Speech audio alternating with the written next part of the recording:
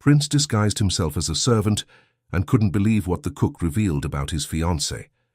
Before we begin this beautiful period romance story, tell me in the comments where you're listening from.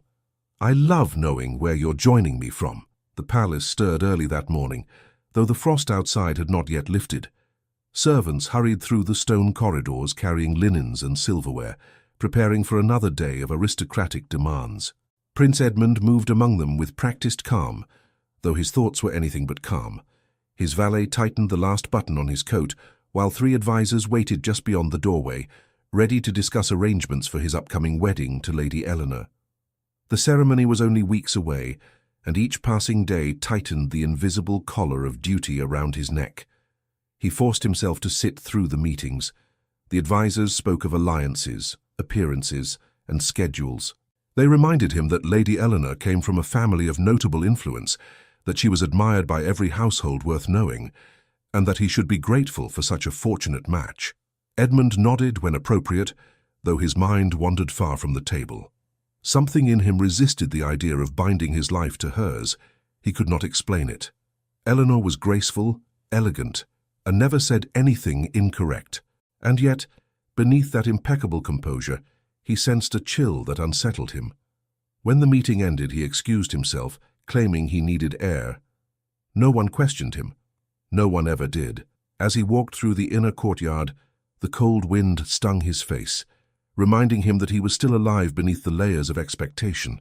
His thoughts drifted back to the evening before, when he had accidentally overheard Eleanor speaking sharply to her maid. She had complained about the servants, calling them ungrateful creatures. Her tone held a cold amusement that sent a quiet shiver down Edmund's spine.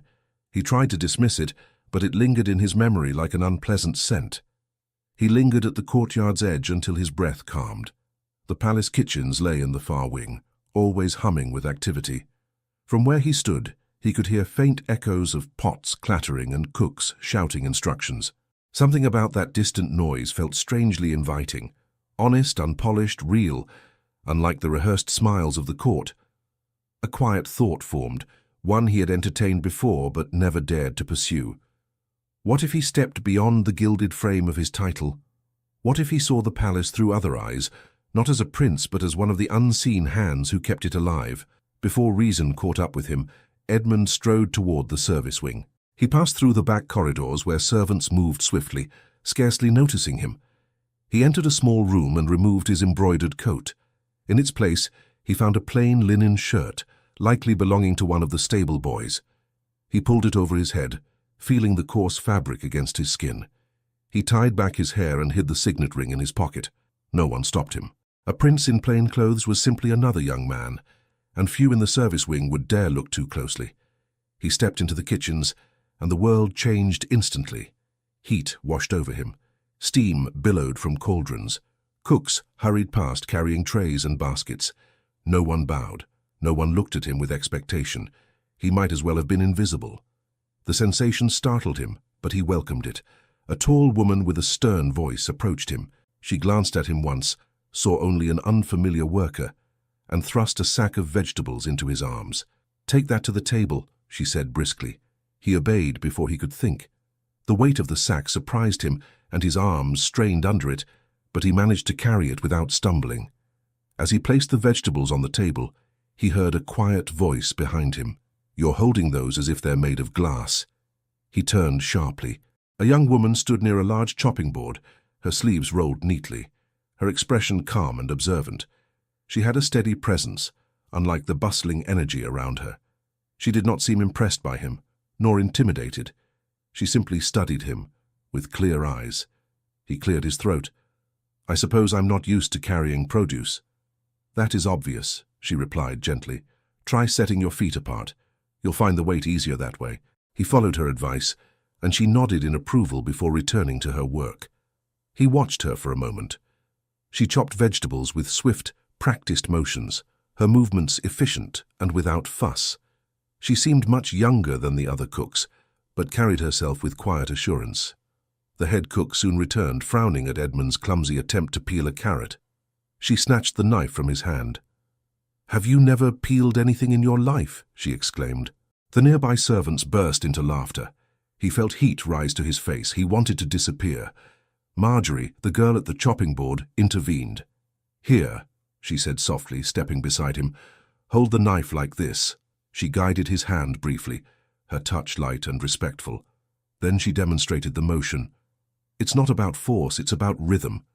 He tried again. The result was still imperfect, but better. She gave him an encouraging smile. Better. He found himself smiling back before he caught it. A moment later, a lady's maid entered the kitchen. Her gown shimmered despite the dim light. She wrinkled her nose at the heat and the scent of food. Her gaze swept over the servants with open disdain before settling on Marjorie. "You're the new one, aren't you?" the maid asked coolly. Marjorie kept her tone polite. "Yes, ma'am. I suppose you'll learn your place soon enough. Some of you forget yourselves far too easily." Marjorie dipped her head without reacting. Edmund felt anger rise in him, a rare and sharp emotion, yet he said nothing. A servant speaking against a noble's attendant would earn swift punishment. The maid then turned toward Edmund. "And who might you be?" He straightened instinctively. "Just a kitchen assistant," he replied carefully. She narrowed her eyes. "You carry yourself strangely for a kitchen boy." Her voice dripped with suspicion. "Lady Eleanor dislikes unfamiliar staff wandering about. I suggest you mind your steps." She left as quickly as she had arrived. Marjorie exhaled softly and returned to chopping. She did not comment on the maid's harshness, but Edmund sensed she was troubled. They worked in silence for a while. The kitchen roared with activity around them, yet he found himself continually drawn to her presence. There was something different about her. She did not flatter. She did not fear. She simply did her work with quiet dignity. He attempted to chop another vegetable, and it slid across the board, nearly falling off. Marjorie caught it and placed it back. "You're trying too hard," she said gently. "Let the knife do the work." He chuckled quietly. "I fear I may be hopeless here." "No one is hopeless," she replied, "only inexperienced." Her tone held no judgment, only truth. Later, when most of the staff were busy preparing for the noon meal, Marjorie stepped closer to him. Her voice was soft enough that only he could hear. "What is a man like you doing here?" His heart stopped. For a moment he could not breathe. She looked at him steadily, waiting. Her gaze was not accusing, merely curious. I don't understand what you mean," he replied too quickly. She raised an eyebrow. "Your hands are too clean, your posture is too formal, and you speak as if you've never been scolded in your life." "I assure you, I have been scolded today," he said, attempting humor. She did not laugh. Instead, her tone softened even more. "If you're hiding from something, be careful. The palace is not kind to those who wander without belonging." He swallowed. Her words felt heavier than she knew. "I appreciate the warning." Before he could say more, the head cook shouted at him again. "Boy, fetch the bucket from the pantry before someone spills something disastrous." Edmund hurried to obey, grateful for the interruption. The pantry was dim and quiet compared to the bustling kitchen. He found the bucket and lifted it, surprised again by the weight. As he turned, he heard footsteps behind him. Marjorie stood in the doorway, her expression unreadable. She stepped inside, closing the door halfway behind her. For a moment, she said nothing. Then she looked straight into his eyes and spoke in a careful whisper. "People hide things in this palace. Some hide them very well, but secrets have a way of slipping out at the worst moment." His throat tightened. "What are you trying to tell me?" She hesitated. "I heard something last night, something I wish I had not heard." He set down the bucket slowly. "What was it?" She shook her head. "I shouldn't say. It's not my place. But it concerns Lady Eleanor, and the man who is to marry her." His pulse quickened. "What did you hear?" Marjorie stepped closer. Her hands trembled slightly.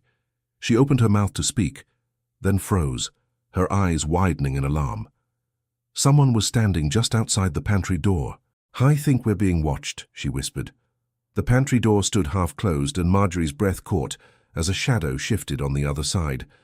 Edmund stepped forward instinctively, though he reminded himself he was supposed to be nothing more than a servant boy. He kept his voice low. "Who's there?" No answer came. The shadow disappeared down the hallway with quick, light footsteps. Marjorie pressed a hand to her chest, steadying herself. Whoever it was, they moved like someone accustomed to listening behind doors. Edmund felt the weight of her fear more sharply than his own. "We should return to the kitchen before someone suspects us," Marjorie whispered. He nodded. They stepped out together, careful to appear busy. The kitchen had grown louder, filled with cooks preparing trays for the midday meal. No one seemed to notice their late return, though the head cook gave Edmund a suspicious glance. She barked an order for him to scrub the large copper pot near the hearth.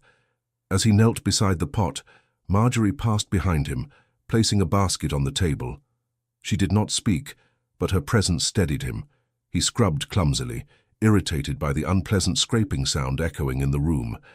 He had never been required to clean anything so thoroughly in his life. After several minutes, the head cook approached and shouted over the noise. "What on earth are you doing? Are you trying to ruin the finish on that pot?" Edmund froze, holding the scrub brush awkwardly. "I was told to clean it." "You clean it, not punish it," she snapped. The kitchen erupted in laughter again. This time the mockery stung more deeply. Edmund lowered his head and resumed scrubbing more carefully. His hands trembled with frustration he dared not show.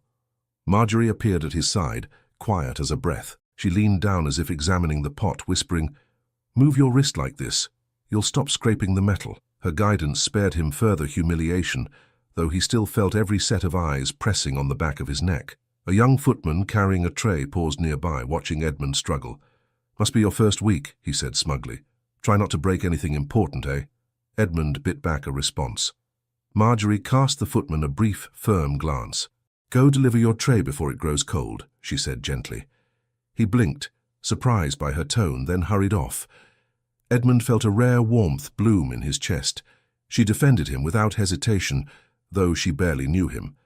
When the pot finally gleamed to the head cook's satisfaction, Marjorie guided him to the sideboards where vegetables waited to be chopped. She positioned herself near him, offering quiet instruction. Her movements were swift, but never impatient. She spoke only when necessary. "A steady blade makes steady work. Don't grip the handle so tightly. Keep your fingers clear of the edge." Her advice was calm, practical, and free of judgment. He watched her hands for a moment. "Your skill is remarkable," he said softly. She shrugged. "Years of practice. Cooking is the only trade I've ever known. Do you enjoy it?" "Sometimes. Other times it is simply what keeps a roof above my head." Her words carried a quiet sadness. Edmund wanted to ask more, but the noise of approaching footsteps interrupted them. A young maid, flushed and breathless, entered the kitchen calling for attention. "Lady Eleanor's maid is looking for someone," she announced. "She seems in a dreadful mood." The cooks exchanged wary glances. Marjorie lowered her eyes, returning to her work. Edmund felt unease ripple through him. Lady Eleanor's maid had already looked at him strangely earlier that morning. Now she was searching again. A moment later, the maid swept into the room like a cold gust of wind. Her voice rang sharply over the clatter. "His lordship's assistant. Where is the new kitchen boy?" Edmund stiffened as every head turned in his direction. The maid arched an eyebrow and beckoned him forward. "You? Come here. Lady Eleanor wishes to speak privately with the staff assisting today." Marjorie's hand paused mid-motion. Her eyes flicked briefly to Edmund, a silent warning. He forced a calm expression and approached the maid. "I'll take him," she said briskly, turning on her heel. Edmund followed her through the corridor, heart pounding. "What does Lady Eleanor want?" he asked cautiously. The maid smirked without slowing her pace. "You seemed unfamiliar earlier, and her ladyship dislikes unfamiliar faces hovering near important rooms. She simply wants to know who has been hired recently. Nothing more." Her tone suggested otherwise. Edmund kept quiet, focusing on the weight of each step as they climbed the narrow staircase leading to the upper servants' hall. Just outside the parlour door, the maid paused. She folded her hands neatly and looked him over. "Stand straight, answer promptly, and mind yourself. Lady Eleanor has little patience today." She tapped lightly on the door, then gestured for him to enter alone. He stepped inside, shocked by the contrast between the bustling kitchens and the stillness of this elegant room. Lady Eleanor stood near a small table, her posture immaculate, her expression composed yet expectant. She studied him with cool curiosity. "Close the door," she said, without turning. He obeyed. For a moment she remained silent, observing him with unsettling precision. Then she asked, "How long have you been employed here?" Edmund chose his words carefully. "Not long, my lady." "Your speech is refined," she remarked. Unusual for a kitchen worker. He lowered his gaze. I was taught by a former employer to speak properly. She stepped closer, her eyes narrowing. And have you served in noble homes before? Some, he answered vaguely. She continued, circling him. Kitchen assistants have a habit of appearing where they are not meant to be, sometimes listening where they should not. She paused behind him. Have you heard anything inappropriate? Edmund's heartbeat thundered in his ears. He forced a steady tone. No, my lady. Her silence stretched uncomfortably long. At last she said, if ever you come across anything concerning, you will report it directly to me, do you understand? Yes, my lady. You may go. Edmund exited with controlled calm, though dread twisted his stomach. He hurried down the corridor, anxious to return to Marjorie. When he reached the kitchen wing, he found her preparing a tray of bread and broth for the servants' table. She looked up instantly. What did she ask? Only about my employment, he replied quietly. Nothing else. Marjorie's eyes searched his face. You're certain? He nodded, though the tension in his shoulders betrayed him. Before either could speak further, the head steward entered the kitchen with heavy footsteps. He scanned the room until his gaze fell on Edmund.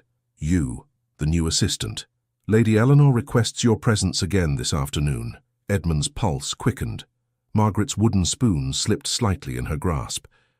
The steward continued, and she does not like to be kept waiting. He left without another word. Marjorie approached Edmund once more, her voice low. She asked for you twice in one morning. That is never a good sign. I know, he whispered. Marjorie hesitated, then added, perhaps she suspects something, or someone told her about the pantry. Edmund glanced around, lowering his voice even more. Someone was listening earlier. I saw their shadow. They may have gone straight to her. Marjorie swallowed, her worry plain. If she thinks you've heard anything you should not have... Edmund forced himself to remain calm. I'll be careful. He returned to chopping vegetables with her at the table, though neither could focus properly. Every sound from the corridor made them flinch. The kitchen felt smaller, louder, as though danger pressed against its walls. When a servant entered to fetch Marjorie for an errand, she gave Edmund a fleeting look of encouragement before stepping away. He watched her leave with a sinking heart, realizing how much her presence had become his anchor. Hours passed slowly. Edmund performed task after task, receiving fewer scoldings only because Marjorie's guidance had improved his efforts. Still, a strange pressure hung over him, and he knew it came from Lady Eleanor's attention. By late afternoon, the palace settled into a brief lull. Trays had been delivered, and the cooks were cleaning their workstations. Edmund wiped down the table, grateful for a moment of quiet. Marjorie returned just then, carrying a small crate of ingredients. She set it down and leaned close to him. I overheard something in the corridor. Lady Eleanor's maid said there would be new arrangements for the wedding supper, and she sounded threatened, as though something is happening that we do not see. Edmund tensed. The wedding plans had already been detailed weeks ago. Changing them meant something had shifted. Marjorie lowered her voice even further. I don't know what this means, but I feel it is tied to what I heard yesterday, and to your presence here. Edmund wanted to reassure her, but before he could speak, the kitchen door swung open with a loud creak. The same maid who had escorted him earlier stepped inside, her expression sharp and smug. The maid pointed directly at Edmund. You, Lady Eleanor requests you immediately, and she insists you come alone. The summons struck the kitchen like a sudden drop in temperature. Every servant went still. Marjorie's hand tightened around the wooden spoon she held, though she tried to hide the reaction. Edmund kept his expression neutral as the maid lifted her chin, waiting for him to obey. He wiped his hands on his apron and stepped forward with quiet steadiness. Very well, he said. The maid turned at once, expecting him to follow. Marjorie caught his sleeve for only a fraction of a second. Be careful, she murmured. She masked the words with a swift turn back to the work table, but he heard the tremor beneath them. Edmund followed the maid through corridors he normally passed as a prince, but today they felt different, foreign, accusatory. The hallway leading to the smaller reception rooms was lined with portraits of ancestors whose eyes seemed to judge him as he walked. He tried to quiet the pounding in his chest. Inside one of the side salons, Lady Eleanor waited near the hearth, her hands lightly clasped. The flames flickered against her perfectly arranged curls. She turned slowly as he stepped inside. "Shut the door," she instructed. He did. For several long heartbeats, she simply watched him, studying him as if trying to place a memory that refused to surface. "You again," she said finally. "Twice in one day. Unusual for someone who arrived only recently." "I go where I am sent, my lady."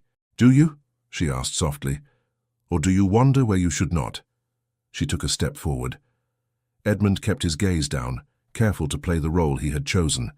The air between them felt tense, enclosed. "Tell me," she continued, "have you noticed anything inappropriate among the staff?" His stomach tightened. "No, my lady." Her eyes narrowed. "Not even whispers?" He shook his head. "I keep to my work."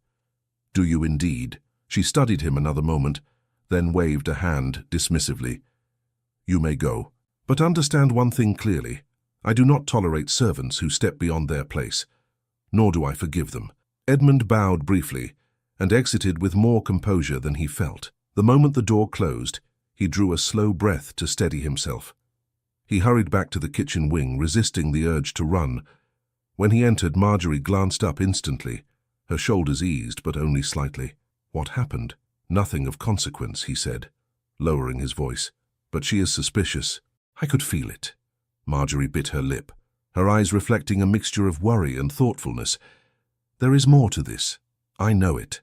The rest of the afternoon moved with the steady rhythm of kitchen work, though Edmund sensed tension humming beneath every task. Marjorie kept close enough to guide him without drawing attention. Each accidental brush of her sleeve against his sent an odd, warm pull through him. He tried to focus on chopping vegetables and preparing trays, but his mind drifted to Lady Eleanor's probing questions.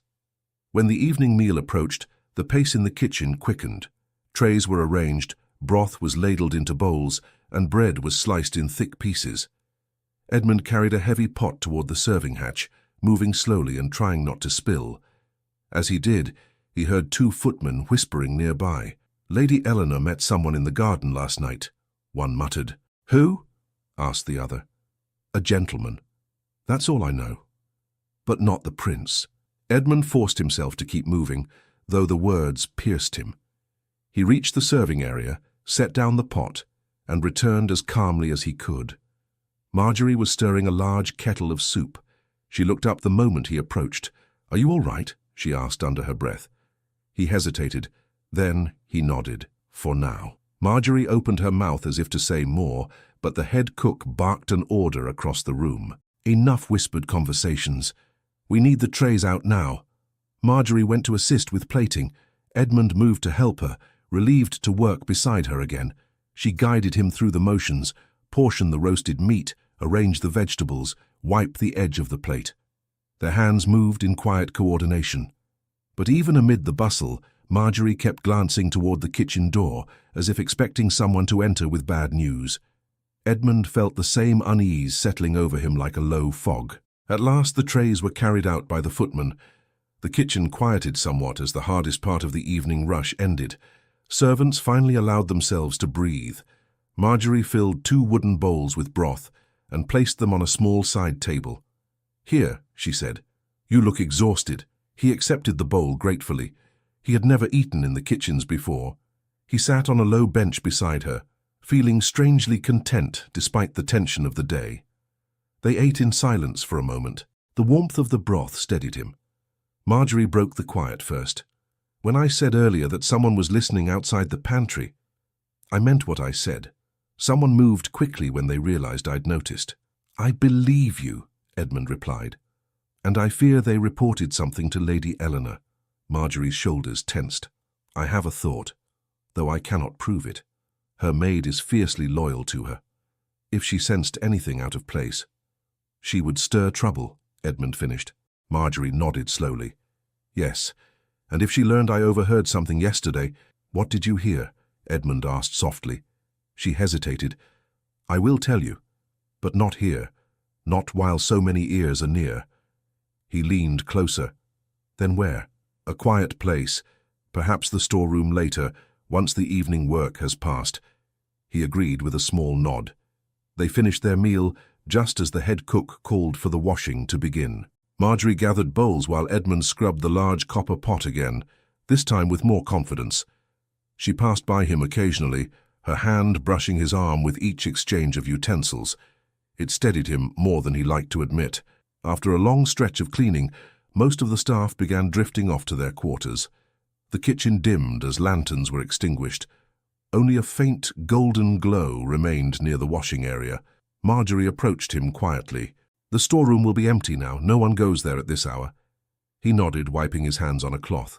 They walked together down the narrow hall that led to the storerooms. The corridor felt colder than the kitchen. The floorboards creaked beneath their steps. When they reached the final door, Marjorie paused.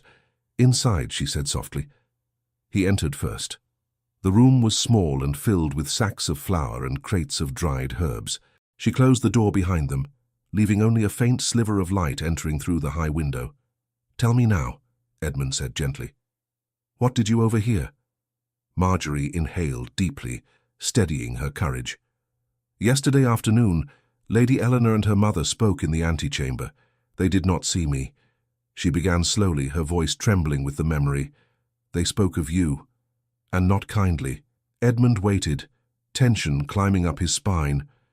Her mother asked if she was ready for the wedding. Eleanor laughed and said she had no intention of honoring the vows, that she would keep her own company. She said you were easily managed, someone who would ask no questions. Edmund felt the words like a blow. He knew Eleanor could be cold, but this revealed something darker. Marjorie continued softly, as though afraid the room might echo. "They spoke of influence, of using your title to strengthen their own standing. And Eleanor said, she said the crown needed a sweet face more than a devoted heart. It was all a game to them." Edmund lowered his head. For a moment, he could not speak. Marjorie reached out hesitantly. "I should not have heard it, but once I did, I knew I had to warn you, even before I suspected who you truly were." Edmund lifted his gaze to hers. "You did the courageous thing," he said softly, "and you risked much to tell me." Before she could answer, footsteps echoed down the hallway outside, slow, distinct, drawing nearer. Marjorie's eyes widened. "Someone's coming." Edmund stepped toward the door, but Marjorie grasped his arm. "No, wait. If they find both of us here." The footsteps stopped directly outside the storeroom. A hand pressed against the door. A shadow shifted beneath it. Marjorie's breath caught. The doorknob began to turn.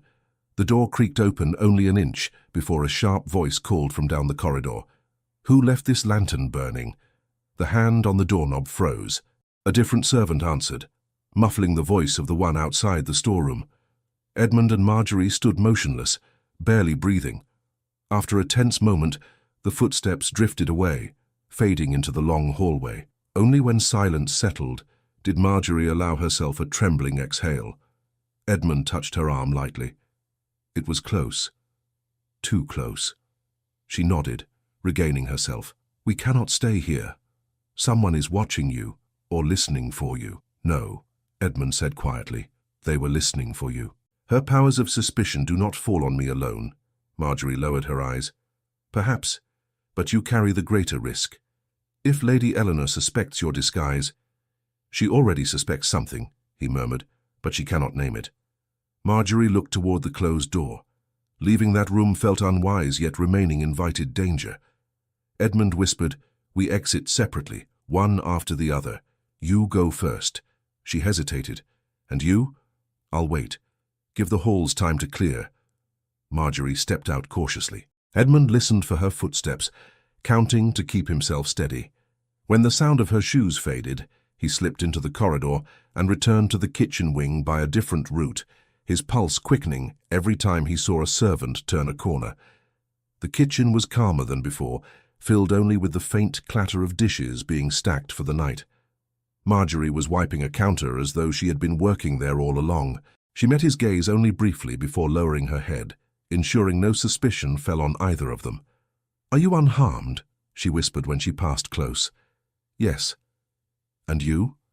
She nodded, though her eyes flickered with lingering fear. "We shall have to be more cautious." From across the kitchen, a harsh voice cut through the quiet. "Marjorie!" They both stiffened. Lady Eleanor's maid swept into the room, her elegant shoes clicking loudly on the stone. Every servant straightened at once. The maid's gaze landed on Marjorie with chilling precision. You, Lady Eleanor, requires additional assistance immediately. Marjorie blinked. Me? I've had no assignment to her service. You do now, the maid replied curtly. Follow me. Edmund watched, jaw tight, as Marjorie obeyed. She walked with measured calm, but he saw her fingers stiffen along the hem of her apron. The maid did not once look back at him, yet Edmund sensed she knew he was watching. When Marjorie disappeared through the doorway, he forced himself to continue cleaning. Pretending to be a servant was suddenly unbearable.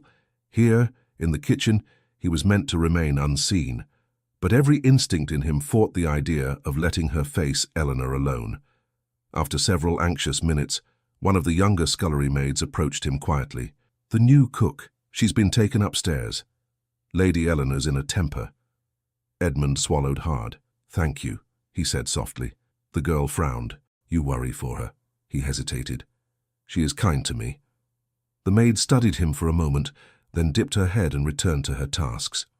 Another half-hour passed before hurried footsteps echoed in the hallway. Edmund turned toward the sound just as Marjorie stepped into the kitchen again. She looked pale, her composure fragile but intact. He crossed the room at once, but she subtly shook her head, signaling caution. Not here, she murmured. They kept a respectful distance until the head cook dismissed the staff for the evening. Only once most servants had left did Marjorie approach Edmund near the back of the kitchen where the lanterns burned low. What happened? He asked. Marjorie drew a slow breath. Lady Eleanor questioned me about my previous households, about who I served, about my habits. She asked if I had been wandering corridors without permission. Edmund clenched his jaw. Did she accuse you of anything? Not directly, but her questions felt probing, as though she believed I already knew something. He stepped closer. Did you deny it? Of course. I said I heard nothing, but I fear she did not believe me. Edmund ran a hand through his hair in frustration, forgetting for a moment that a servant would rarely make such a gesture. Marjorie noticed and gently touched his hand to lower it. Careful. Someone might see. He nodded, chastened. You should not have been questioned at all. I've placed you in danger. Marjorie shook her head softly. No, I chose to warn you, and I would choose it again. He stared at her, struck by the quiet strength in her voice. She met his gaze steadily, and something unspoken passed between them, a recognition neither dared name. Before he could speak, one of the older kitchen maids called from across the room, locking the back door for the night. The moment was broken, and Marjorie stepped aside, returning to her station. The last tasks were finished quickly. Lanterns were snuffed. The cooks drifted out, wishing one another a good night. Edmund had not yet decided whether he should return to the cellar where he had been assigned to sleep or stay near the kitchen to ensure Marjorie's safety, but fate made the choice for him. As Marjorie reached for her shawl, the head steward suddenly appeared in the doorway, breathless and stern. You, the new assistant. Edmund straightened instantly. Her ladyship has requested to speak with you again, he said. At once. The air seemed to still. Marjorie's head snapped toward him, panic flashing briefly in her eyes. Edmund forced a calm expression, though his heart hammered against his ribs. When the steward stepped aside to let him pass, Marjorie moved toward him as if drawn by instinct. She spoke in the faintest whisper, her voice raw with fear. This is a trap, she whispered. Edmund did not answer Marjorie's warning. He couldn't. The head steward stood only a few steps away, watching with narrowed eyes, suspicious of even the slightest hesitation. Edmund straightened his shoulders, nodded once to Marjorie, and followed the steward out of the kitchen. The corridor felt colder than before, as though each stone had absorbed the weight of the danger gathering around him. Lamps flickered weakly along the walls. No visitors lingered at this hour. Only the silence moved beside them, like an unwelcome escort. Is Lady Eleanor displeased? Edmund asked, keeping his tone humble, careful. The steward did not look back. Her ladyship did not say. Only that you are to report to her at once. Edmund lowered his head in a servant's posture, but inside every sense sharpened. He knew Lady Eleanor must have heard something, suspected something, or wished to use him in her web of inquiries. Whatever the reason, Marjorie was right. This summons had teeth. They reached the smaller receiving room where Eleanor often spoke with her attendants. The steward knocked softly, then pushed the door open. "Enter," he told Edmund. Lady Eleanor stood before the window, the faint glow of moonlight outlining her silhouette. She turned with a serene smile that did not reach her eyes. "There you are," she said, her voice as smooth as polished stone. "Come closer." Edmund obeyed, stopping at a respectful distance. He kept his posture modest and unassuming. "I find it curious," she began, "how often you cross my path, considering you have been in service only a short time." Her head tilted slightly. "Tell me, where exactly did you work before you came here?" "In several households, my lady." "Names?" He hesitated, just a breath too long. "Ah," she moved closer. "Hesitation never bodes well." Edmund swallowed. "My memory falters under pressure, my lady." A faint smile touched her lips. "Then perhaps you will recall better under closer supervision." She walked past him, her perfume subtle yet sharp. "You may go, but I will be watching you." He bowed and exited, keeping his step steady until the door closed behind him. Only then did he allow himself a quiet breath. Eleanor did not yet know the truth, but she sensed danger in the shadows near her, and she would not rest until she uncovered it. Edmund hurried back toward the service wing, aware that the steward had returned to other duties and no one followed him. The moment he reached the kitchen door, Marjorie appeared from the shadows, eyes wide with worry. "What happened?" Her voice was low, trembling. "She asked questions," he said. "Nothing direct, but she knows something is amiss." Marjorie exhaled shakily. "I feared as much. Every instinct tells me she will strike at the first opportunity." He stepped closer without meaning to, drawn by the sincerity in her gaze. "I will not allow her to harm you." Marjorie shook her head. "You cannot protect me." "Not without revealing who you are." "Perhaps that time is near," he murmured. Her breath caught, but before she could answer, footsteps echoed from the far end of the corridor. Both turned sharply. A pair of kitchen maids passed by, speaking softly about linens that needed mending. They barely noticed Edmund or Marjorie, yet the moment of danger urged them apart. Marjorie forced a small, strained smile. "You must return to your quarters. If you linger, someone will notice." He nodded reluctantly. "And you?" "I'll finish the last tasks and retire upstairs." She paused, glancing over her shoulder. "Edmund, be careful. Every move you make is watched, and yours as well," he replied softly. For a moment, neither moved. Then a distant bell chimed the hour, breaking the fragile quiet. They parted with a silent understanding neither dared name. Edmund made his way to the servants' quarters. Though he scarcely noticed the passages he walked, his mind replayed Marjorie's voice, her courage, her fear, and the truth she had revealed. The thought of Eleanor mocking him, mocking the vows meant to bind them, felt like a slow tightening around his chest. And Marjorie, she was the only person who had shown him honesty without condition. He lay on the narrow cot in the dim room the servants shared, but sleep did not come. Every whisper in the hall sounded like suspicion. Every footstep felt like someone discovering the truth. By dawn he had slept scarcely an hour. The kitchen stirred early again. When Edmund arrived, Marjorie was already there, sleeves rolled and hair tied back, moving with brisk precision. But her face held a shadow he had not seen before. "Rough night?" he asked gently. She glanced up and attempted a small smile. "It seems the palace walls do not rest." He stood beside her, helping with the morning tasks. Her fingers brushed his once, unintentionally, and she quickly pulled away, cheeks warming. He wanted to say something, anything to ease the tension growing between them, but the head cook's sharp call sent them back to work. As the morning progressed, the palace hummed with subtle unrest. Footmen hurried with notes. Maids whispered behind their hands. Even the head cook paused more than once to listen for distant sounds. Marjorie eventually found a quiet moment near the shelves lined with spices. Edmund approached her, carrying a basket.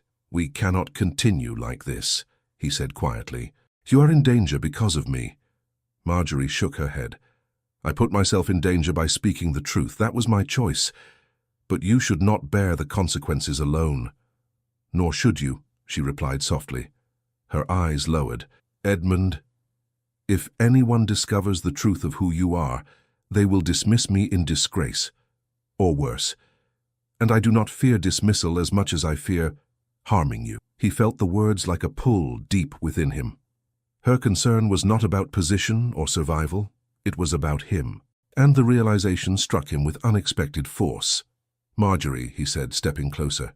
"I cannot let that happen, not when—" A loud crash echoed from the corridor. Both spun toward the sound. A servant raced into the kitchen, panting. "Lady Eleanor seeks the new assistant," he shouted. "She wants him brought to her chambers immediately." Marjorie's face went pale. No, not her chambers. "Edmund, this is no simple questioning. This is—" He touched her arm. "I know." The head cook stormed toward Edmund. "Fiancée, stop standing about. Go. When her ladyship calls, you run." Marjorie stepped forward impulsively. "Mistress, perhaps he—" The head cook cut her off. "Enough. Do not interfere." Marjorie froze, unable to say more. Edmund looked at her one last time. A brief, wordless exchange, fear, determination, regret, flashed between them. Then he left the kitchen with steady steps, even as dread scraped at him. He followed the servant through the corridors leading to the upper floors. When they reached the entrance to the private wing, the servant bowed and retreated, leaving Edmund alone. Edmund drew a steadying breath and stepped inside. Lady Eleanor stood in the center of the room, her expression poised but cold as winter marble. She dismissed her maid with a flick of her hand, leaving them alone. "You have been very busy," she said in a quiet voice, "busier than a kitchen servant ever should be." He bowed his head. "I only serve where ordered, my lady." "Do you?" Her eyes narrowed with unsettling precision. "Or do you serve someone else?" Edmund said nothing. Eleanor circled him slowly. Her voice dropped to a whisper. "There is something you are hiding, and I will find it." He remained still, forcing calm into every breath. She stopped behind him. "When I know what your secret is, I will decide what must be done with you." He turned slightly, unable to stop himself. "And what would that be, my lady?" Eleanor smiled faintly. "That depends on how useful you prove yourself." A knock sounded at the door. Eleanor's maid entered without waiting for permission, breathless. "My lady, you asked to be informed if any servant approached the lower stairwell." "Well, someone did." Edmund's heart clenched. "It was the new cook," the maid said. "Marjorie." Eleanor's expression sharpened with dangerous interest. "Bring her here. Immediately." The maid hurried out to fetch Marjorie, leaving a sharp, echoing quiet in the chamber. Edmund felt the stillness settle over him like a tightening cord. Lady Eleanor walked toward the window, her hands clasped neatly behind her back. Her reflection in the glass revealed a faint, thoughtful smile. "So," she murmured, "the little cook wanders where she should not." How curious. Edmund lowered his head, forcing himself to breathe evenly. He could not reveal his identity. Not yet, not here. But every instinct screamed for him to get Marjorie away from Eleanor's reach. The chamber door opened again. This time Marjorie stepped inside, guided by the maid who kept a firm grip on her arm. Marjorie's eyes widened slightly when she saw Edmund standing opposite Eleanor, but she kept her composure. She dipped her head in a respectful bow. "You sent for me, my lady?" Eleanor turned slowly, the faint trace of a smile sharpening. "Yes. I noticed you in the lower stairwell, though you had no tasks assigned there. I found that rather interesting." Marjorie kept her gaze lowered. "I was sent to retrieve a basket of linens." "By whom?" Marjorie hesitated only for a breath. "By the head laundry maid." Eleanor stepped closer. "Is that so? Then I suppose she will confirm it." Marjorie's fingers tightened around her apron, but her voice remained steady. "Yes, my lady." The maid beside the door shifted, clearly doubtful, but silent. Eleanor circled Marjorie with the same slow, assessing grace she had used on Edmund earlier. "Tell me," she said. "I have heard you came from a rather modest household before your employment here." "Yes, my lady." "And you served families of lesser rank?" Marjorie nodded. "Then tell me this. How does a girl accustomed to simple service manage to navigate this palace so easily?" Eleanor's voice chilled slightly. "I find your movements refined. Too refined for one without education." Marjorie swallowed. "I learned quickly, my lady. Most servants must." Eleanor's gaze narrowed, sharp as a blade without ever becoming one. Too quickly, perhaps. Edmund stepped forward, bowing respectfully before speaking. "My lady, if I may—" Silence. Eleanor lifted a hand, and he froze mid-sentence. "I did not give you leave to speak." Edmund lowered his head, fury burning beneath his ribs. Eleanor returned her focus to Marjorie. "You were seen speaking to this boy often." "Unnecessarily often." Marjorie drew a breath. "We work at the same table, my lady." "It is natural that—" "Again too quickly," Eleanor murmured, "and with too much ease." Marjorie said nothing more, but the faintest tremor in her hands betrayed her. Eleanor's tone softened, though it only made the threat beneath it clearer. "My dear, this palace rewards loyalty, but it never tolerates deceit. If there is anything you wish to tell me, now would be the time." Marjorie lifted her chin slightly, gathering her strength. "I am loyal, my lady. I have nothing to hide." A heavy silence followed. Eleanor studied her face, searching for cracks that did not exist. After a long moment, she turned away with a displeased sigh. "Very well," she said. "I will question the laundry maid myself. Until then, you may both return to your duties." "Both." Edmund saw the faint twist of Eleanor's mouth as she said it.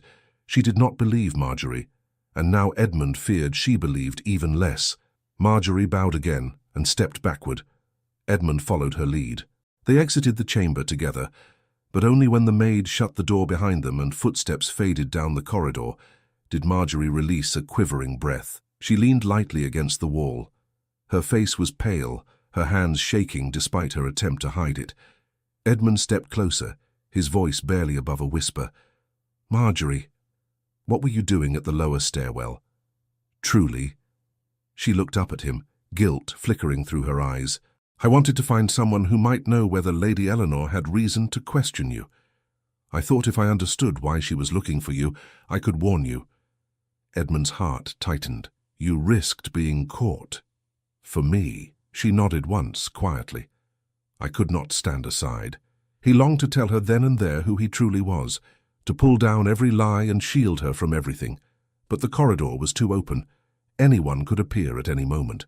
He forced himself to stay silent. They walked back toward the kitchen wing, passing through stairwells where servants hurried about their tasks, oblivious to the danger coiling around the two of them. When they reached the lower hall, Marjorie paused. "We cannot continue like this," she whispered. "Lady Eleanor's suspicion grows every hour. If she believes I am tied to you, she will—" Edmund stepped closer, unable to keep the urgency from his voice. "I won't let her harm you." Marjorie shook her head. "You cannot promise that while hiding who you are. And the more she presses, the more likely she will discover your secret. Or mine." He opened his mouth, but she gently raised a hand. "Please, let me speak." He fell silent. Her voice dropped to a trembling whisper. "Ever since I told you what I overheard, this shadow has followed me. Every question, every glance. I fear it will only worsen. And if she believes I am lying to her—" "You didn't lie," Edmund said quickly.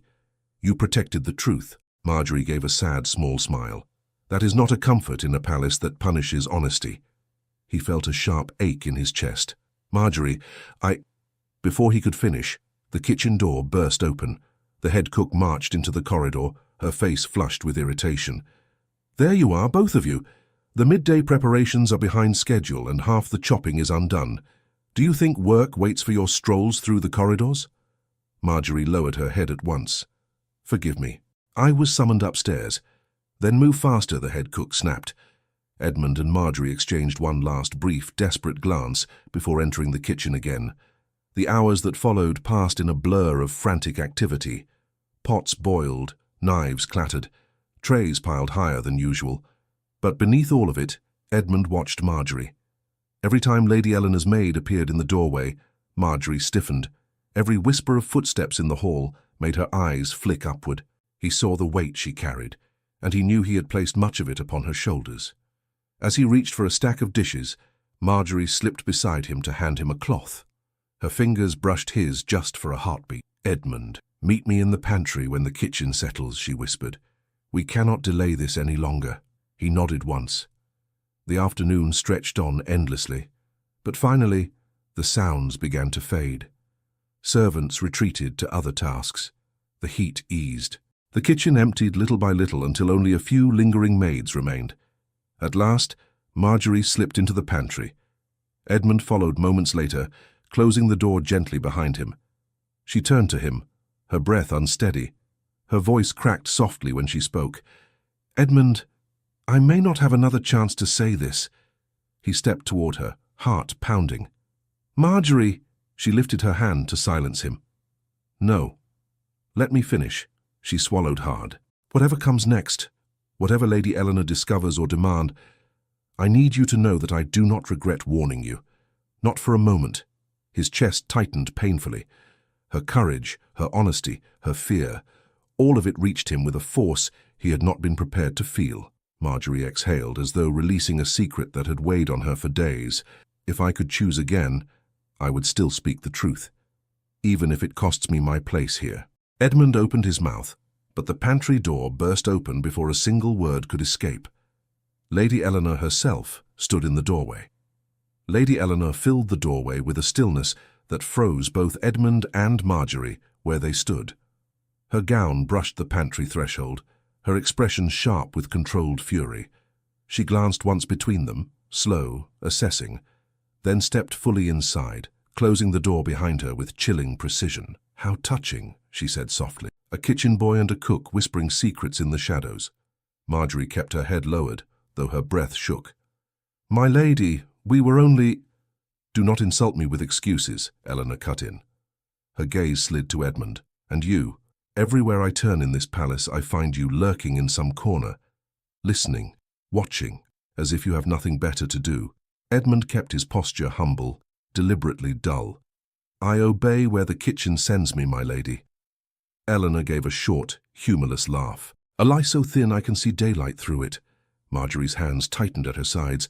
"My lady, if you have doubts about my conduct—" "Doubts?" Eleanor turned sharply toward her. "My dear girl, I have far more than doubts. I have observations, I have instincts, and I have a memory sharp enough to notice patterns where others overlook them." She stepped closer to Marjorie, forcing her back a step. Two servants forming an attachment, unwise. Two servants meeting privately, foolish. But two servants who appear every time a whisper reaches my halls. That, my dear, is something else entirely. Edmund felt Marjorie's fear like a physical weight.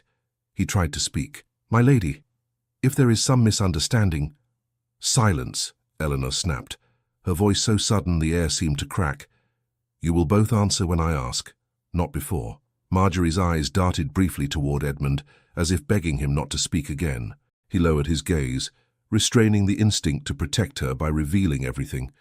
Not yet. Not in a pantry with Eleanor standing between them and the world. Eleanor folded her hands. "Let us begin with a simple question.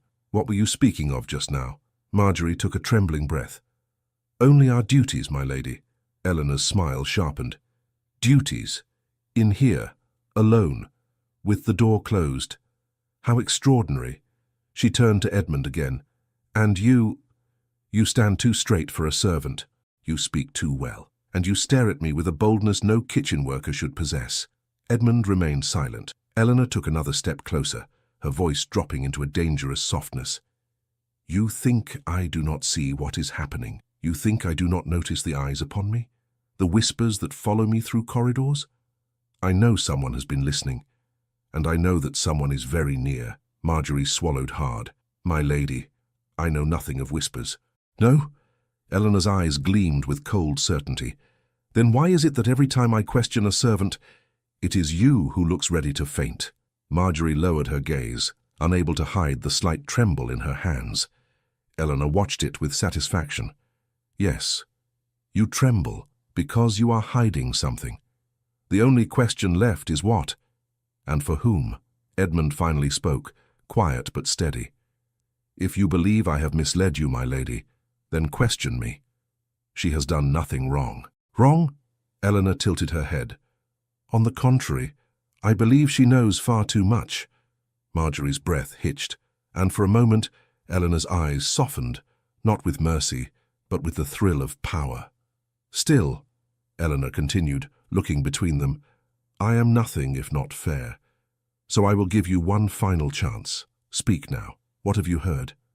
Who have you spoken to? And why do you linger in places no servant should be?" Marjorie's voice was barely audible. "We linger nowhere, my lady." Helena stepped so close that Marjorie had no choice but to meet her gaze. "You lie poorly, a quality that will serve you badly in this palace."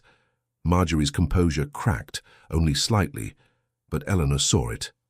"Ah," she whispered, There it is.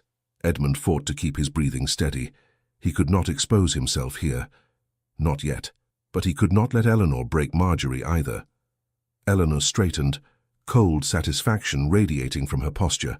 I will speak with the king's steward. Some servants prove themselves unreliable and must be reassigned. Marjorie's face drained of colour. Reassigned, she whispered. Eleanor smiled, or dismissed entirely. For the good of the household, of course. Edmund stepped forward before he could stop himself. My lady, you cannot... She rounded on him instantly. And you forget yourself again? There is a reason kitchen boys are not granted opinions. Edmund felt the words strike deeper than she knew, because they were spoken to a prince disguised as a nobody. Yet he forced himself to bow. As he did, Marjorie took a shaky step toward Eleanor. My lady, please, if you must question someone, let it be me. I will answer anything you ask. Eleanor raised an eyebrow. Anything? Marjorie nodded, though fear flickered through her. Very well, then I shall ask you plainly. Eleanor's voice grew softer, deadlier. Who have you been speaking to about me? Marjorie froze. Her lips parted, but no sound emerged. Edmund's pulse thundered. Eleanor moved closer again. Who? Marjorie. Tell me now. The pantry fell silent, but for the sound of Marjorie's unsteady breathing. Edmund saw her struggle, not because she meant to betray anyone, but because she could not betray the truth she had already spoken. Eleanor leaned in. I am waiting, Marjorie whispered, barely audible. I have told no one, my lady. A lie, but one born of desperation. Eleanor's eyes flashed, and in that moment Edmund saw the decision forming behind them. Enough, she said coldly. I will not tolerate another servant in my household who cannot be trusted. You will be removed from the palace at once. Marjorie gasped softly. No, Edmund said under his breath. Eleanor turned toward the door to summon her maid, but before she could call out, heavy footsteps echoed down the corridor, fast, deliberate, approaching the pantry. Eleanor paused. The door flung open, and the king's steward appeared in the doorway, breathless. Your ladyship, there has been an inquiry from the king himself. He demands the presence of the new kitchen boy immediately. Edmund felt Marjorie's breath stop beside him. The king's steward stood in the pantry doorway, blocking out most of the corridor's light, his chest rising and falling with urgency. Lady Eleanor froze mid-turn, surprise flickering across her composed face before she smoothed it away. The king requests him, she repeated, her tone caught between disbelief and irritation. Immediately, the steward confirmed. His voice carried a weight that left no room for delay or argument. He looked directly at Edmund. Come with me at once. For a heartbeat, the pantry seemed suspended in time. Marjorie's fingers clutched the edge of the shelf behind her. Edmund forced his breathing to steady. Lady Eleanor stepped forward, her voice low and sharp. Why would His Majesty concern himself with a kitchen boy? The steward replied with a bow that was respectful but curt. I was not informed of the reason, my lady. Only that he is to be brought to the throne room without delay. Edmund lowered his head and brushed past Eleanor, but not before she levelled a cold, cutting look at him. A warning, a suspicion sharpened to a blade's edge. This is far from over, she whispered. He did not answer. He dared not. Instead, he followed the steward into the hallway, knowing Marjorie remained behind with Eleanor's gaze fixed on her like a shadow she could not escape. As they walked through the servant corridor and into the broader halls of the palace, Edmund felt his heart pound against his ribs. The steward stayed one step ahead, moving quickly but with purpose. Sir, Edmund murmured cautiously, attempting to keep his voice low, might I know why the king requests me? The steward did not slow. I do not know, he said softly, but I know His Majesty seemed unsettled and concerned that something within these walls is not as it should be. Edmund felt a cold rush sweep through him. The king was not a man easily rattled. They turned the corner toward the main stairwell. A pair of guards glanced briefly at them but said nothing. The steward's urgency was enough to silence questions. Behind them, faint echoes of Marjorie's voice lingered in Edmund's mind. Her tremors, her warnings, the truth she had risked everything to speak. He had to protect her. Whatever the king had summoned him for, he would protect her. They entered the grand stairway, a place Edmund had climbed hundreds of times as a prince but never while dressed as a servant. The marble steps stretched before him, polished and wide, stained with memories of ceremonies, lectures, and expectations. The steward leaned toward him as they climbed. "Keep your head down when we enter. No matter what he asks, show respect." "Yes, sir. And be mindful. There are others in that room. Powerful ones." Edmund swallowed. "I understand." They reached the top of the staircase. The guards before the throne room straightened, hands resting on their belts. The steward approached them and spoke quietly. His Majesty requested the new assistant. "I have brought him." The guards exchanged glances but nodded, stepping aside to open the heavy doors. Edmund entered a room filled with cold daylight. Tall windows stood like silent judges. A handful of nobles waited in a loose arc near the throne, counselors he recognized instantly, though he kept his gaze down as instructed. And then he saw the king. His father stood beside the throne, speaking quietly with the master of the household. When the doors closed behind Edmund, the king looked up. Silence rippled through the chamber as he dismissed the advisers with a gesture. "Leave us." Even without looking directly at his father, Edmund felt the weight of that command. The nobles bowed and retreated, their footsteps echoing until the doors closed again, leaving only the three of them in the vast room. The steward remained by the wall. Edmund stood a few paces from the throne, hands folded in front of him, playing his part to the last thread. The king's voice broke the silence. "Raise your head." Edmund obeyed. The king's eyes narrowed, then widened in recognition and reprimand. Edmund. The name struck the air like a hammer. Edmund lowered his gaze again, but did not deny it. The king stepped closer, his voice dropping sharply. "Explain now." Edmund took a breath, steadying the truth he could no longer hide. "Father, I came to the kitchens to learn the truth of who Lady Eleanor is, to see what court walls hide. And I found more than gossip. I found danger." The king's jaw tightened. "Why would you risk such foolishness?" "Because something felt wrong," Edmund said quietly, "and because no one else would look beyond her charm."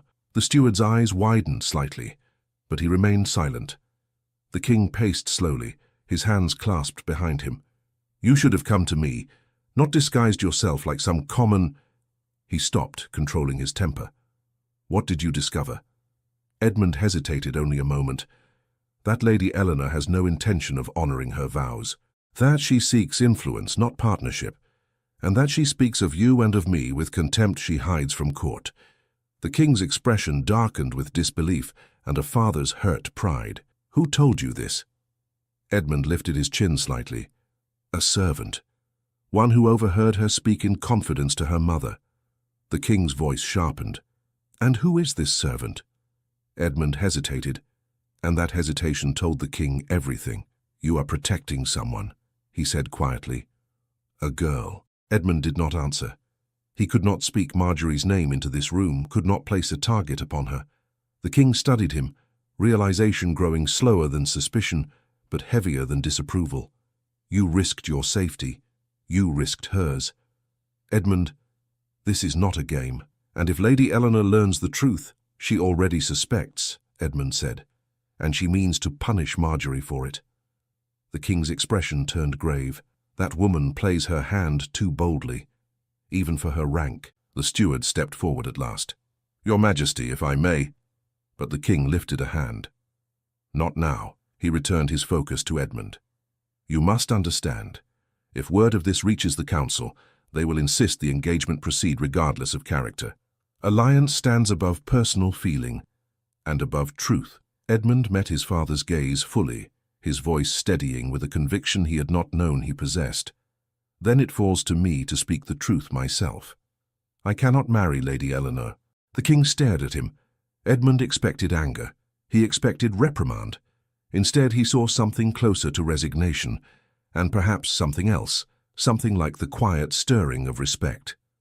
"You have always been your mother's son," the king murmured. "Stubborn in your conscience." Edmund said nothing. At last, the king drew a slow breath. "Very well. I will summon the council and Lady Eleanor.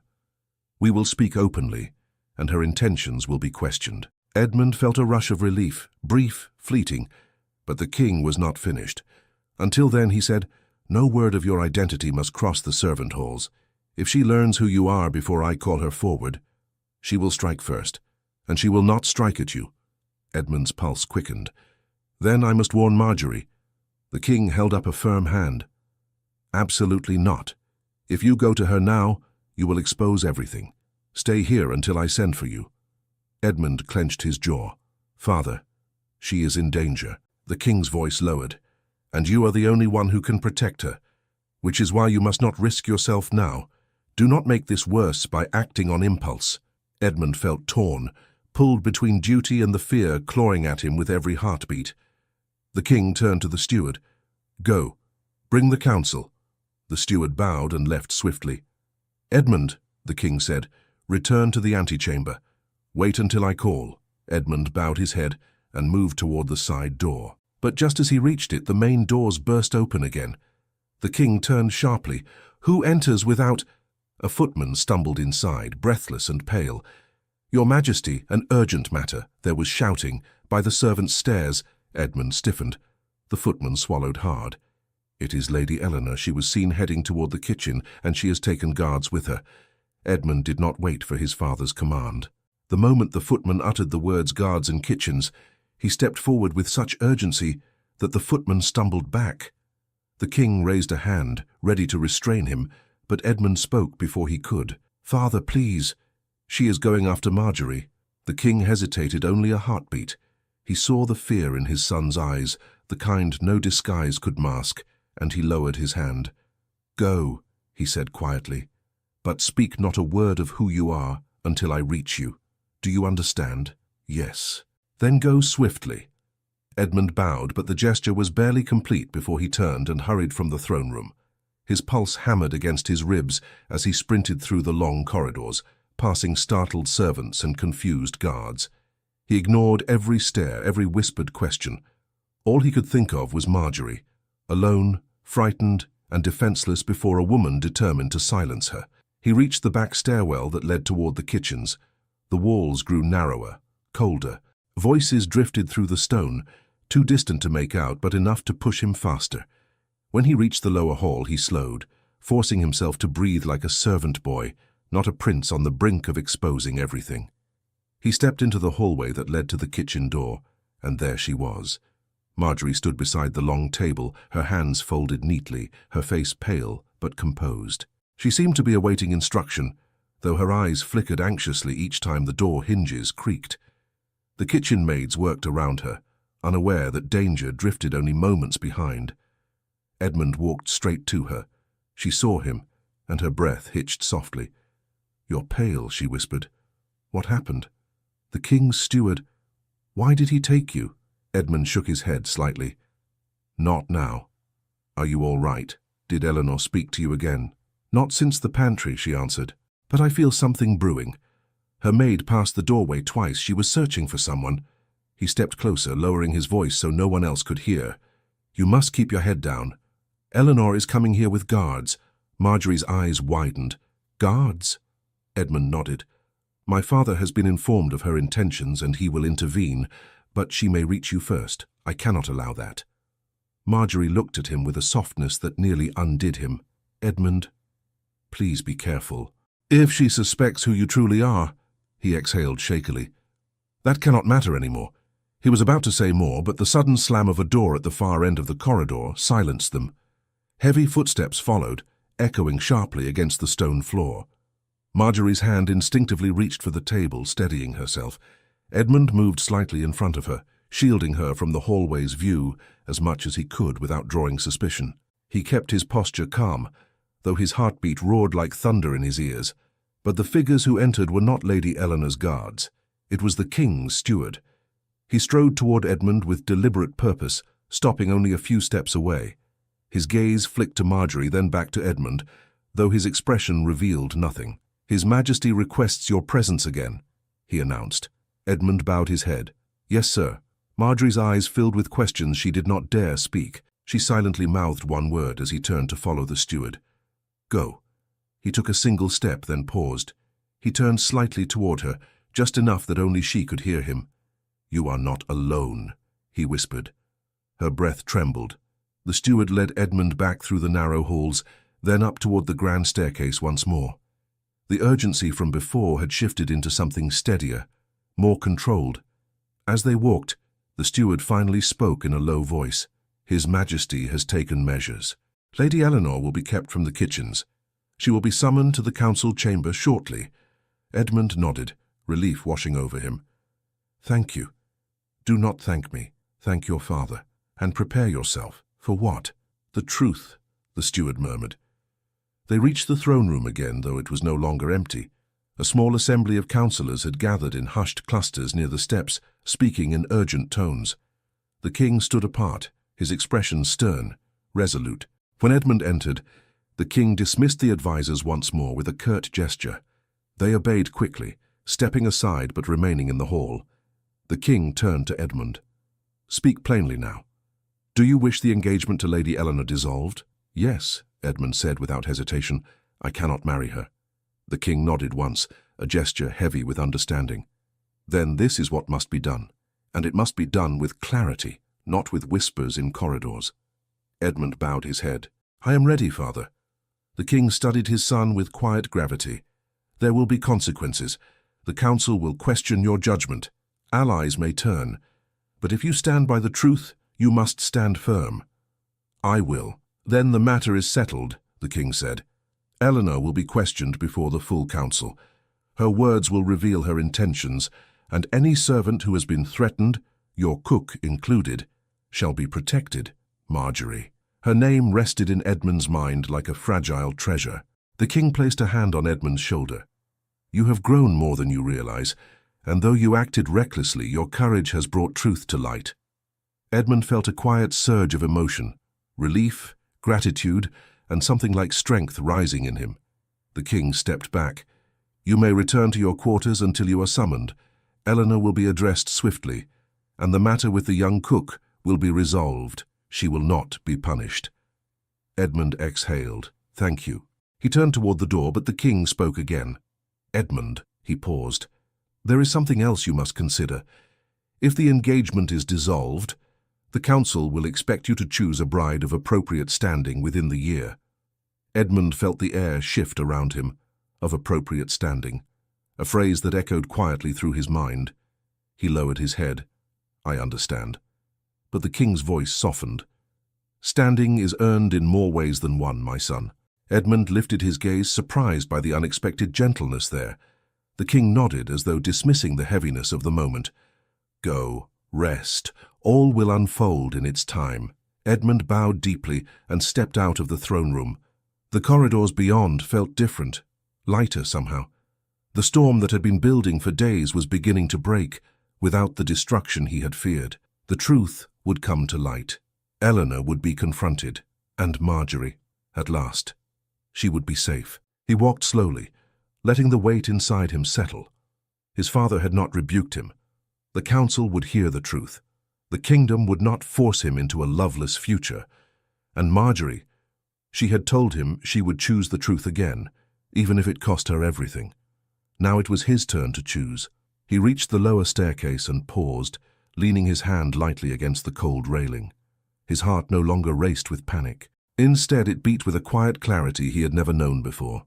He would tell her everything, not in a pantry, not in passing, but in the open, as himself, without disguise, without fear, and without duty forcing him into silence. Tomorrow, once the council had dissolved the engagement and Eleanor's schemes had been confronted, he would seek Marjorie. He would speak the truth that had grown with each hour spent beside her. He would tell her who he was, and more importantly, he would tell her what she had become to him. He closed his eyes briefly, steadying himself for the path ahead. For the first time since stepping into the kitchens in disguise, he felt the ground beneath him steady and sure. The storm was ending, and something new, something fragile, something luminous, was waiting on the other side. The palace awoke with a murmur that spread from corridor to corridor like a cautious sigh. Servants whispered about the king's summons. Footmen hurried with messages. Even the guards kept glancing toward the council chamber, as though expecting truth itself to burst through the doors. By mid-morning, everyone understood one thing. Lady Eleanor had been called before the council, and the news was not in her favor. Edmund waited in a small antechamber near the council hall, dressed once more in his princely attire. The disguise was gone. The plain linen shirt lay folded on a chair across the room, a quiet reminder of the world he had stepped into, and the woman who had changed it for him. The council's voices rose in scattered bursts through the thick door. Accusations, denials, Eleanor's defiant words, his father's calm, unwavering responses. Edmund stood, unable to sit still.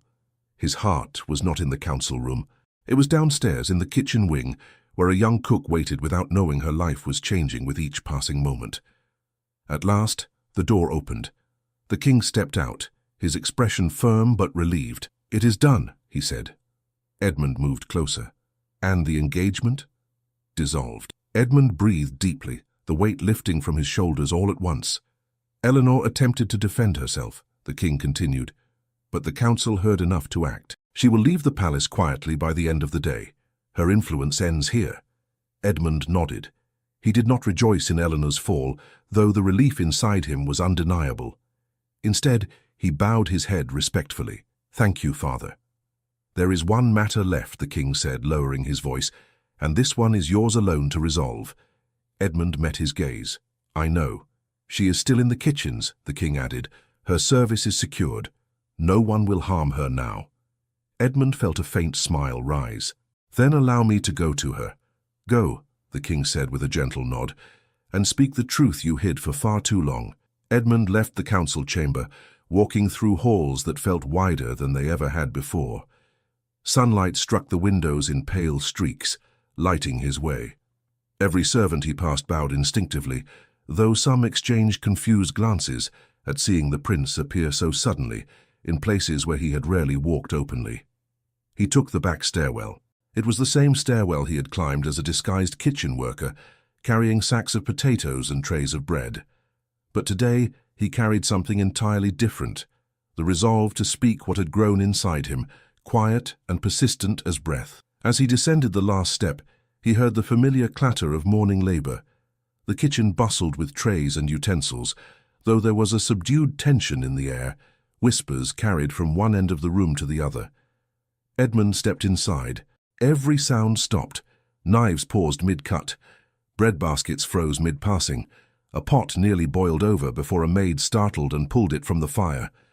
Cooks and scullery maids stood stunned as the crown prince walked through the kitchen door with calm purpose.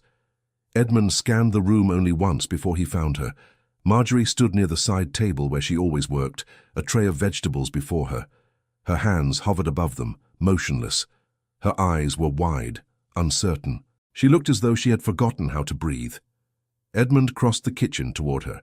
The servants parted instinctively, some bowing, others simply staring in open disbelief. When he stopped in front of her, Marjorie lowered her gaze at once. "Your Highness." Her voice trembled. He had heard her speak hundreds of words with courage, yet these two seemed the hardest of all. Edmund spoke softly. "Marjorie, look at me." She did. Slowly. Fear and confusion glimmered in her eyes, mixed with a trembling hope she tried to hide. "I owe you the truth," Edmund said, "more truth than I should have withheld." "You owe me nothing," she whispered. "But I do," he said gently, "and I will speak it now." He took a quiet breath. "When I came to the kitchens, I hoped to understand the world beyond duty. I did not expect to find someone who showed me more honesty in a single day than the court has shown me in years." Marjorie's lips parted, but she said nothing. Edmund continued, his voice steady. "You spoke the truth even when it endangered you. You protected me without knowing who I was, and you faced Lady Eleanor with more courage than many nobles in my father's court." Her breath trembled. "I only did what was right." He stepped a little closer. "And because you did, I stand here now, free, clear, and grateful." She pressed her fingers to the edge of the table, steadying herself. "Your Highness, you should not thank me. I was only a cook who overheard what she should not have heard." "You were the only one brave enough to speak," Edmund replied. A few servants lingered at the edges of the kitchen, pretending to work but listening with held breaths. Marjorie swallowed softly. "What will become of me now?" Edmund felt a tug at his heart, the fragile fear behind her question. He spoke with warmth he could not disguise. "That depends. Entirely on you. She blinked. On me? Edmund nodded. Because I have a truth of my own to offer. The kitchen was silent. Even the fire in the hearth seemed to crackle more softly. Edmund's voice lowered, intimate enough that only she could truly hear it.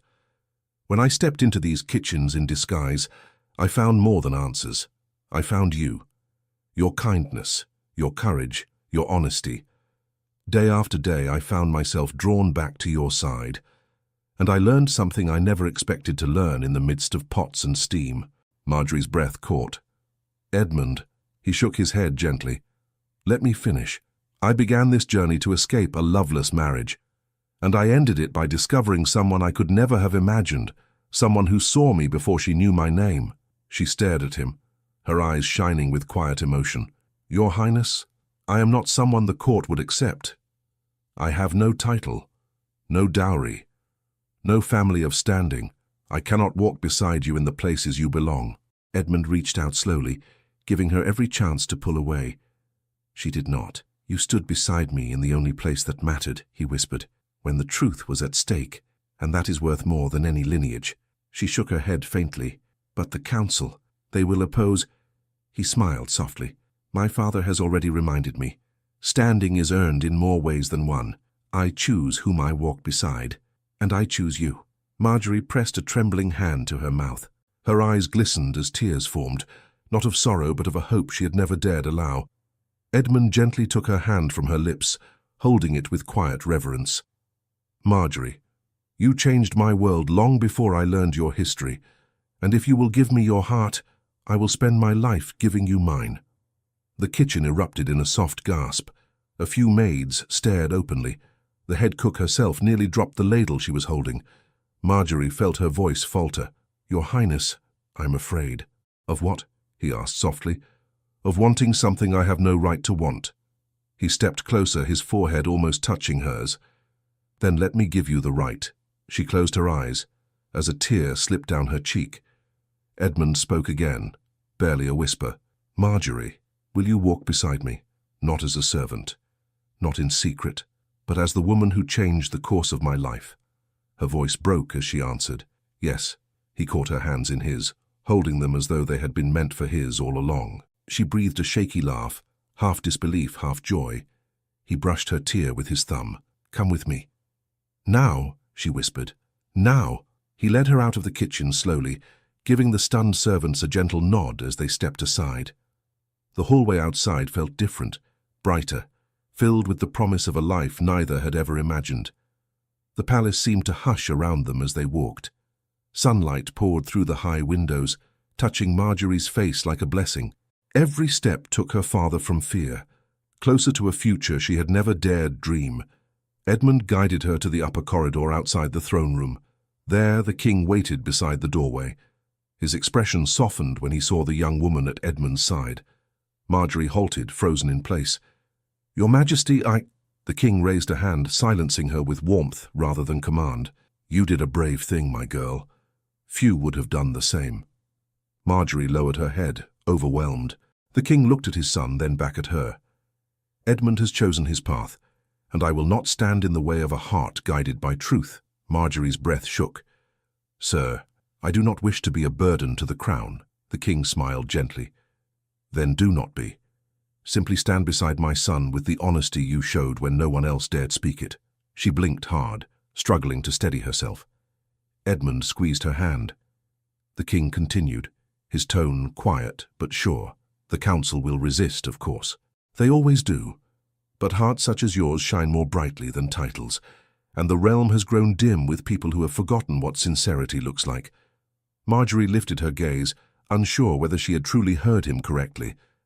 My dear, the king said, if my son wishes to offer you his hand, then you may accept it without fear. She turned to Edmund, her breath catching. He smiled, a smile she had seen in fragments, in moments of secrecy, but never fully, freely, without disguise. Marjorie, he whispered, walk with me, as my equal, as the woman I love. Her lips trembled. Then she said the words that had been waiting quietly, growing in the spaces between every shared glance, every whispered warning, every moment she feared she would lose him. I love you. Edmund drew her close, not in the polished manner expected of royalty, but in the simple, heartfelt way of a man who had finally found the one truth he wished to keep forever. His forehead rested against hers, and he breathed her name like a vow. Marjorie. Servants passed quietly down the corridors, offering subtle, knowing smiles. A few council members paused at a respectful distance, whispering but not daring to interrupt. The king stepped aside, giving them space as though understanding that this moment belonged to them alone. Marjorie felt the world around her shift, not with fear this time, but with possibility. She had once entered the palace with nothing but skill and a quiet hope for a stable life. Now she stood in the heart of it, holding the hand of a man who saw her worth more clearly than any title ever could. Edmund spoke softly. "Whatever comes next, we will face it together." She nodded. Together. A breeze drifted in from an open balcony, lifting a strand of her hair. Edmund brushed it back gently, his touch full of tenderness. He took her hand again, guiding her toward the balcony where sunlight glowed across the marble floor. Outside, the gardens stretched in quiet splendor. A new day was unfolding, warm, clear, and full of promise. Edmund turned to her. "Marjorie, will you give me the honor of calling you my wife?" Her breath caught, soft, radiant, full of joy she could not contain. "Yes," she whispered, "yes." He gathered her into his arms, holding her as though he had been waiting his entire life to do so. She clung to him, laughing softly against his shoulder, her tears warm with gratitude and wonder. When they parted, their eyes remained locked in a silent vow, one built not on duty or arrangement or expectation, but on truth, choice and love, grown in the unlikeliest of places. And after a long, breathless moment, Edmund kissed her, gentle, reverent, full of the promise of every dawn their future would hold. Behind them, the palace watched in respectful silence. Before them, a life built on honesty and courage waited, open and welcoming, ready to begin. Thank you so much for listening to this story all the way to the end. We hope it moved you as much as it moved us while telling it. We'd love to hear your thoughts. Leave us a comment telling us where you're listening from and what you like the most. Rate this story from 0 to 10. What score would you give it? If you enjoyed this story, don't forget to subscribe to the channel and leave a like as a show of support. That really motivates us to keep creating and sharing more stories full of emotion and life lessons. And before we go, we want to remind you that an exciting and heartwarming story recommendation will appear on the final screen. If you'd like to enjoy it, just click on the video. Thank you once again for being here, and we'll see you in the next story.